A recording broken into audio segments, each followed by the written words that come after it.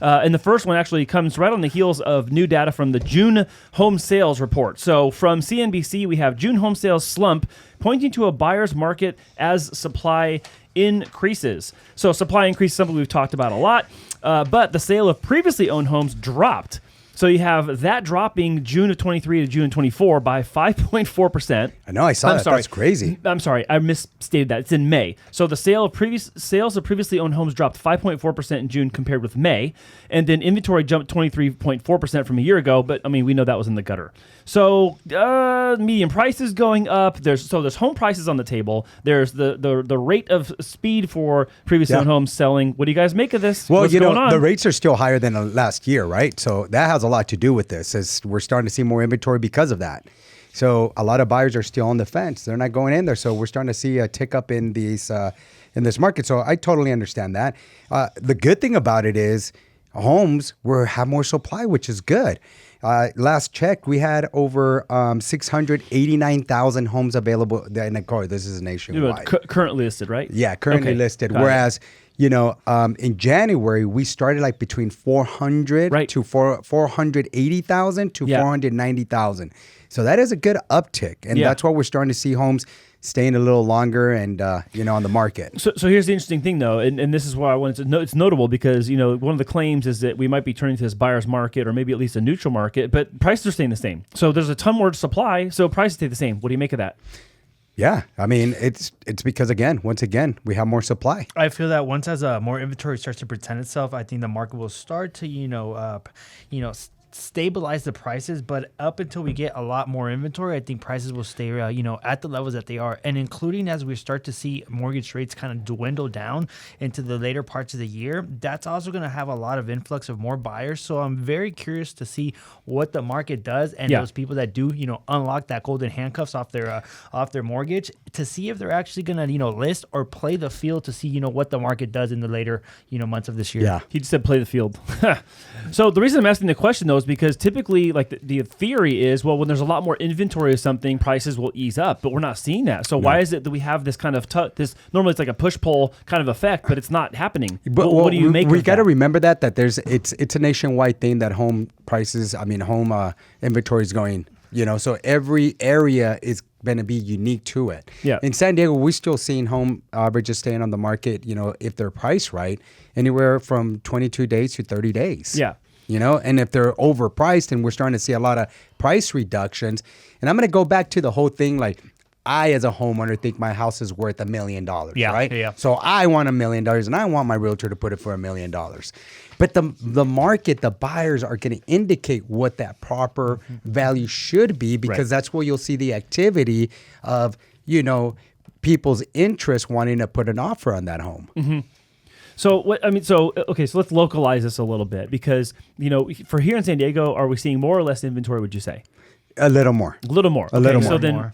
But that's not negatively impacting home prices to the downside. No. If anything, we're still seeing multiple bids, but maybe just less multiple bids. So it's not like there's 50 people offering on the house, there's 4 or 5. Yeah, correct. Right? And that's an exaggeration, but you get my point. One of the 2 examples that came up these last couple of weeks was that both the houses that one of our clients who were going to get into both came up with some work to be done in them.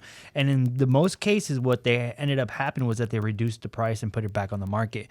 And that's something that I'm starting to notice. And even in her house that she's currently selling, same thing, the buyers backed out because there was certain stuff that was wrong with their property that the buyer asked for credits, but then it goes back to the homeowner. Hey, no, my house is this is what I want, and I'm not budging. $1 million with no repairs. But keep in mind that their house does need some repairs. They're going through a divorce. So one party's like, yo, I need to sell and get out of here because I'm actually actively looking. Yeah. And the other one's still sentimentally, attached to the property, wants a certain number.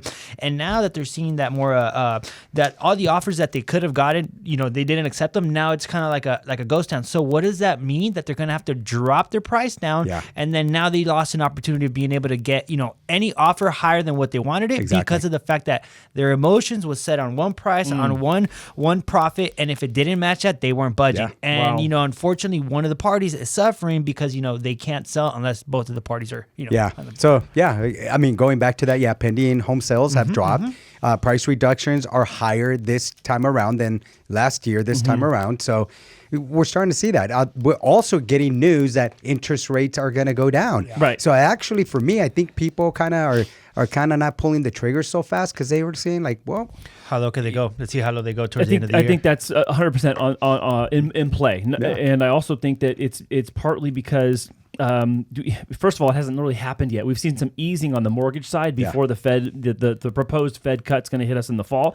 But I think it's a combination of things. Like there's still appetite that's matched with willingness to pay and the ability to pay at this price still. So even if more inventory comes up, it's soaking up additional demand that's still pent up. Yeah, I think that's part of it. I don't know that it's 100% of it, but I have to just wonder, why is this push pull effect not in play in this case? And I think it's because of demand. No, absolutely. Andy, I agree with you.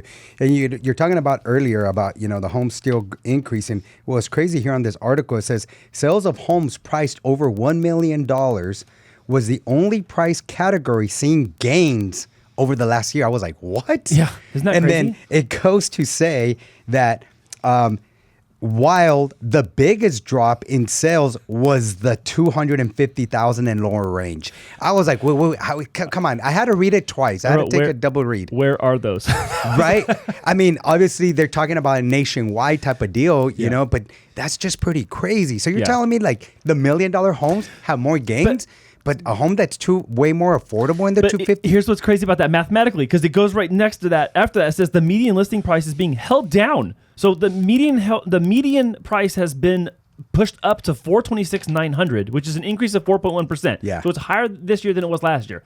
Higher nationwide this year than last year. Don't get that mixed up. Yeah. And they're still saying that is being held down by an influx of smaller and lower price listings. So even though the $1 million plus houses coming up, volume wise, there's not so many that it can't keep the median price being held down by the bottom tier. That is nuts. Right. That tells you how much is happening there and how much it's, like, I'll say outweighed, even though its price is high. It's being outweighed or held down by these $250,000 or below homes. That's nuts. Yeah.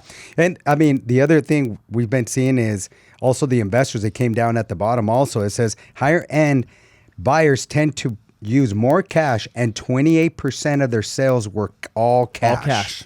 That's pretty nuts. That's a lot. And up from last year by a substantial amount, like 26%. Yeah.